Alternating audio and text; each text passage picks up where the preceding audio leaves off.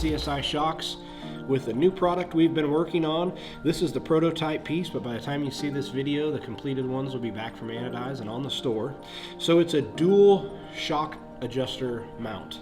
So same bolt pattern as our standard adjuster. So if you already have the tabs on your chassis or the bolts on your chassis, this will slide right over, but it allows you to have two knobs very tightly compacted. So what we were trying to achieve is guys that have 4, 5, 6 knobs in the car, they can get them closer together than they could by doing individual brackets. So the dual shock adjuster knob mount will be available, and you can buy just the plate, or you can buy the plate and the knobs together. And again, same bolt pattern, so it'll slide right on your existing mounts and get everything a little closer together for you.